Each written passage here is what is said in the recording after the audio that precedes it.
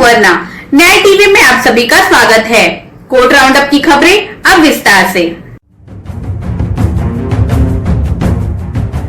Bar council of Delhi ने एक बयान जारी कर केंद्र सरकार से विवादास्पद कृषि कानूनों को वापस लेने और अदालतों से न्याय पाने के लिए किसानों के अधिकारों को बहाल करने का आग्रह किया है।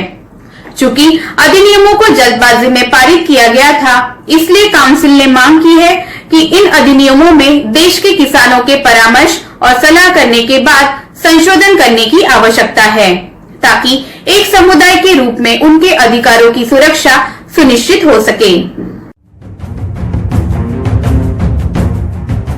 काउंसिल ने कहा कि देश भर में कानूनी बिरादरी को लगता है कि सरकार को कृषि कानूनों की विभिन्न धाराओं को लेकर किए जा रहे किसान आंदोलन का हल निकालने के लिए ठोस कदम उठाने चाहिए।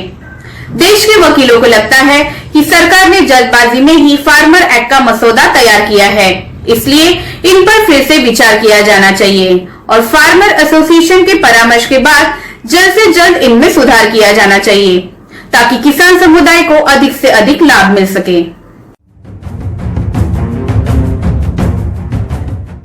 बताएं, अमूल गायों के प्रति क्रूर कैसे हो रहा है।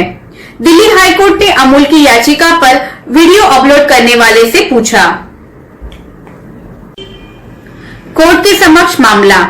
Gujarat cooperative milk marketing federation GCMMF limited की ओर से एक याचिका दायर की गई है, जिसमें उन वीडियो को हटाने की मांग की गई है जिनमें गायों के प्रति क्रूर होने का उस पर आरोप लगाया गया है।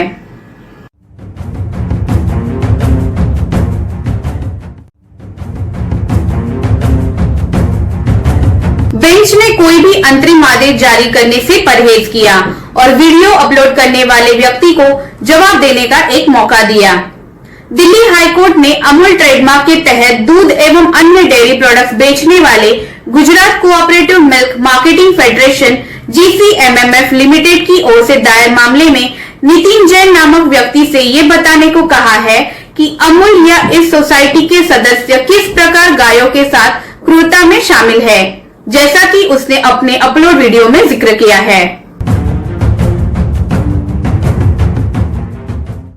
न्यायमूर्ति मुक्ता गुप्ता की बेंच ने कोई भी अंतरिम आदेश जारी करने से परहेज किया और प्रतिवादी संख्या 1 नितिन जैन विवादित वीडियो अपलोड करने वाला व्यक्ति को अपना जवाब दाखिल करने को कहा है।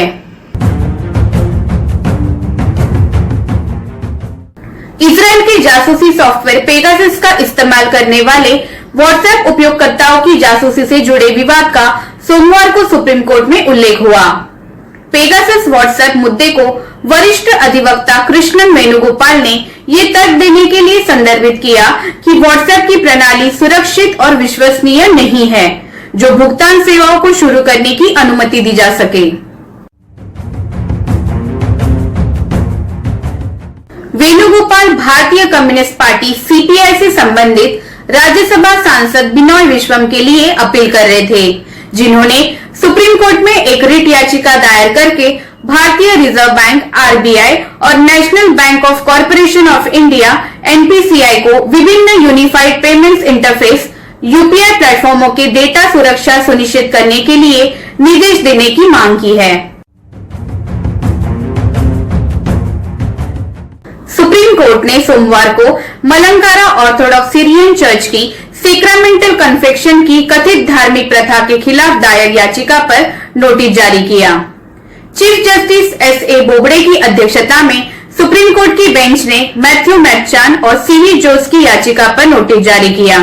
याचिकाकर्ताओं ने अपने अधिकारों के साथ साथ मलंकारा ऑर्थोडॉक्स सीरियन चर्च में अपने जैसे ही लोगों के अधिकारों के संरक्षण की मांग की थी।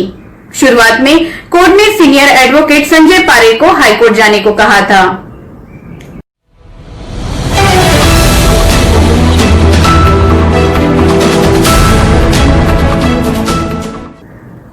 राजस्थान हाईकोर्ट ने पिछले हफ्ते सुनाए एक आदेश में ये साफ किया है कि पोस्को कोर्ट का ये कर्तव्य है कि वो जल्द से जल्द बच्चे का बयान दर्ज करे और DNA रिपोर्ट मिलने में देरी के चलते मामले की कार्यवाही में देरी नहीं होनी चाहिए।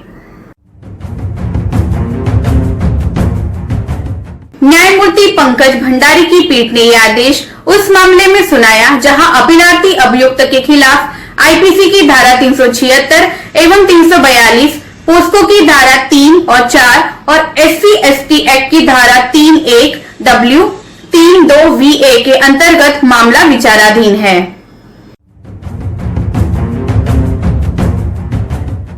दरअसल अपीलार्थी ने विशेष न्यायाधीश पोस्को अधिनियम द्वारा दिनांक 8/11/2019 को पारित उस आदेश के खिलाफ हाईकोर्ट में अपील दायर की थी, जिसके तहत अपीलकर्ता द्वारा जमानत की मांग करती हुई याचिका को खारिज कर दिया गया था।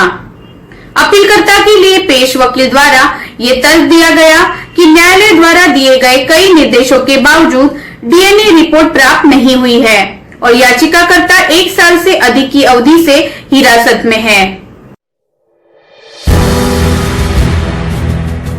जस्टिस इंदिरा बनर्जी ने शुक्रवार को कहा कि हमें ये सुनिश्चित करना चाहिए कि कोविड वैक्सीन का समान वितरण हो।